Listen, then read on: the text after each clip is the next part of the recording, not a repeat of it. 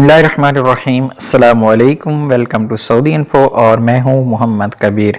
जवाज़ात से सवाल किया गया था पासपोर्ट के हवाले से कि पासपोर्ट कितना बाकी हो तो सफ़र कर सकते हैं।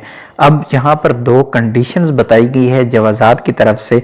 एक कंडीशन है कि आप सऊदी अरब से दूसरे किसी भी अरब मुल्क में सफ़र करते हैं, यानी जीसीसी कंट्रीज़ में आप सफ़र करते हैं, और दूसरी सूरत ये है कि आप जीसीसी कंट्रीज़ के अलावा किसी और मुल्क के लिए सफ़र करते हैं तो आपका कितना पासपोर्ट बाकी रहना यानी वैलिड होना ज़रूरी है सफ़र करने के लिए।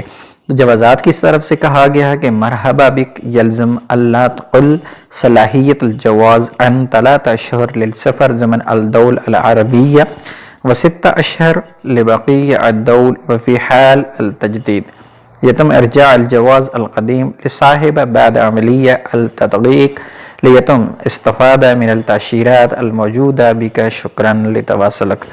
इसमें कहा गया है कि you must have a minimum validity of 3 months to travel within the Arab countries.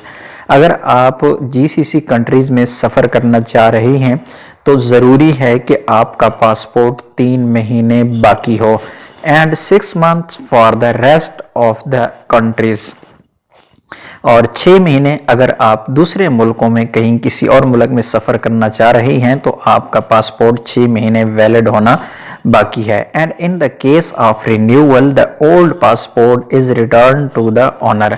अगर आपका पासपोर्ट रिन्यू हुआ है, कई लोग छुट्टी पर जाते हैं और उनका पासपोर्ट वहाँ पर ख़त्म होने वाला होता है, एक्सपायर होता है, और लोग वहाँ पर अपना पासपोर्ट तजदीद करवा लेते हैं, और फिर ज़रूरी है कि आप अपना पुराना पासपोर्ट साथ लेकर आते हैं। लेकिन जब वापस आप लाते हैं तो फिर आपको कफील को देना होता है वो वाला पासपोर्ट, और पुराने पासपोर्ट से नए पासपोर्ट पर नकल मालूमात होती हैं।